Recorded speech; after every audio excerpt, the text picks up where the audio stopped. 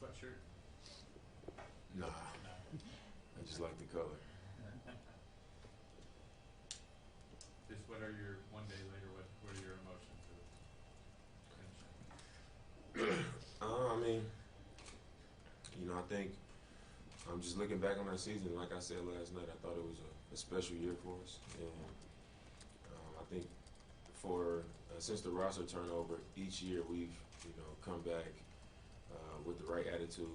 I think we've been able to stick together through a lot of adversity, and I think just what we've kind of hung our hats on, what we believed in, our culture, the togetherness. We've been able to truly build on that, and I think we should be encouraged. Just getting to the Western Conference Finals, being one of the Final Four teams remaining, without our starting center, just dealing with a lot of injuries on our team. I look back at it, and obviously this is not how we planned on going out once we got here, but I think it was a great season for us. Have you already had your interview with Neil? No, I haven't. When you do, will you talk to him about personnel and maybe what you'd like to see from the roster next year? I'm sure it'll be a conversation about it, but I'll probably be the one listening.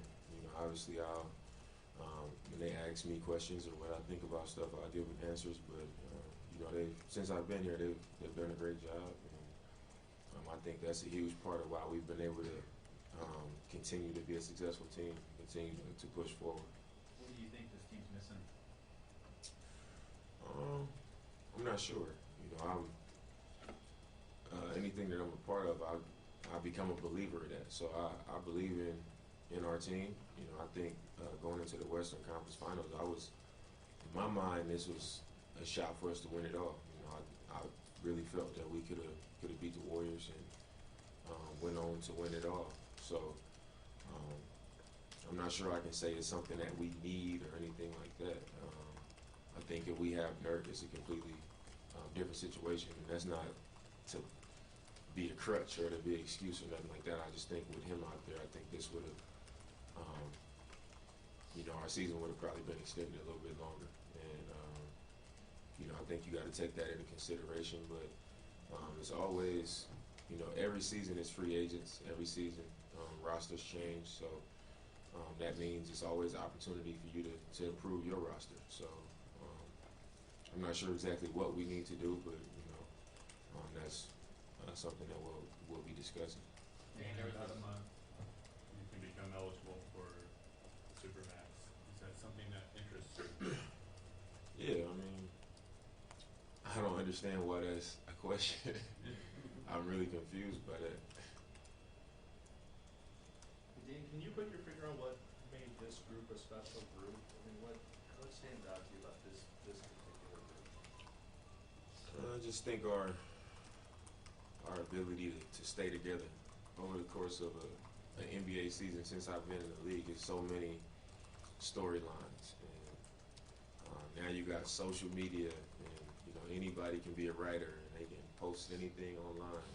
You got people with 10 Twitter followers that's posting like as if they were a media member, and people actually retweet it and comment on it and make a discussion of stuff like that, and then it could end up on SportsCenter. You have stuff like that now, so it just makes it harder for teams to stay together. You get gossip between things that happen between players and the coaches and what the fans are saying, and y'all lost this game. It's a lot that goes on, so it makes it hard for teams to stay together. So for our team to be able to go through what we went through last year in the playoffs and then come back with the right attitude and then just be able to fight through everything. Every time adversity came in our direction, we just stayed together. And I think that was one of our biggest strengths compared to, maybe other teams. What did it mean to you to be able to break through? And you talked about wanting to bring a championship to Portland one day and to see it come closer than you've ever been. It meant a lot because, I get up in front of you guys and I'm always saying, you know, this is what I see happening. I think if we stay together, we keep working, and we keep getting better, this is what I see happening.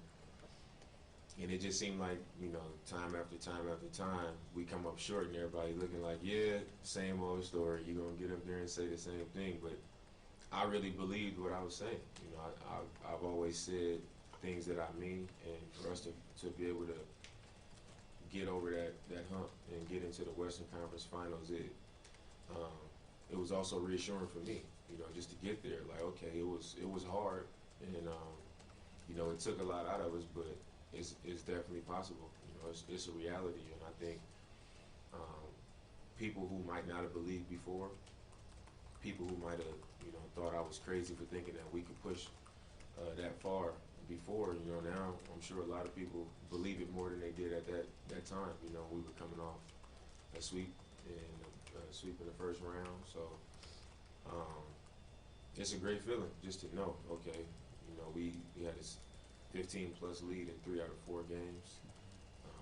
We know that we were capable of winning those games, and if those things go in our direction, you know, we looking at going to the finals. And once you get there, it's on, and anything can happen. But I think more than anything, we showed that it's a real possibility. You know, it's not just wishful thinking and us, I guess, saying this is what we want to do, or, you know, putting it out there and not really believing it. I think we showed that we can get it done. Dan, what's your summer gonna be like? What you got going? The same as it always is. I'm sure Adidas is gonna have me moving around, shoots, commercials, time with my family. That's always something that I'm doing. But no, I don't think it'll be any different than any past summers. This summer, just my training, I'll be doing. I'll be staying active. You know, probably the next few days, just start not like super hard training, but just stuff to keep my body in good shape. We don't get to see Anthony, obviously. What do you think? I didn't hear what you said. You said We don't get to see Ant, you know, because he doesn't play. Yeah. So, can you enlighten us to what you see every day from him, and maybe on what kind of potential he has? I mean, his potential is crazy. I mean, I think last year I was here for both his workouts for the team, and he just looked so young. But when I was watching, he was so explosive.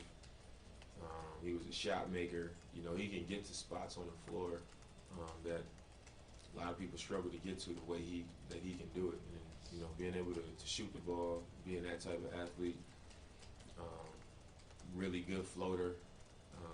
But I think his demeanor is what sold me. You know, it kind of reminded me of myself a lot.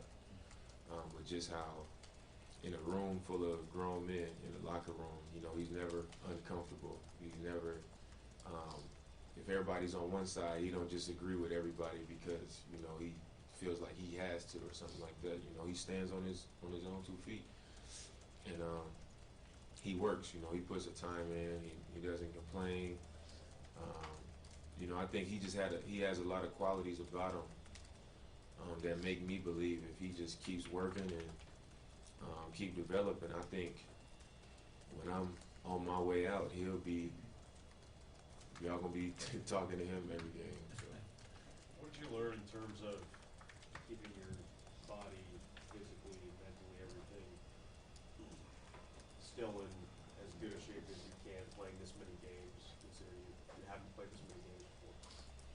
Oh, I think just the experience is the best teacher for that. But I think I did do all the right things, not just last summer with, you know, how hard I worked on the court, but in my conditioning, the nutrition, you know, just not working harder all the time, working smarter. This was the first year where we had practices and coach would be like, dang, make sure you get a sub, make sure you have somebody subbing in for you. And in the past, we would get into a drill where it would be like the drill would be tied, and they would be telling me to have a sub, and I'd end up playing another 15 minutes because I was trying to win a drill in practice. And I think this was the first time where I was like, I listened. Like, I got over that, my pride and just wanting to win drills and practice and stuff like that. So I think that really helped me, just being smarter about stuff.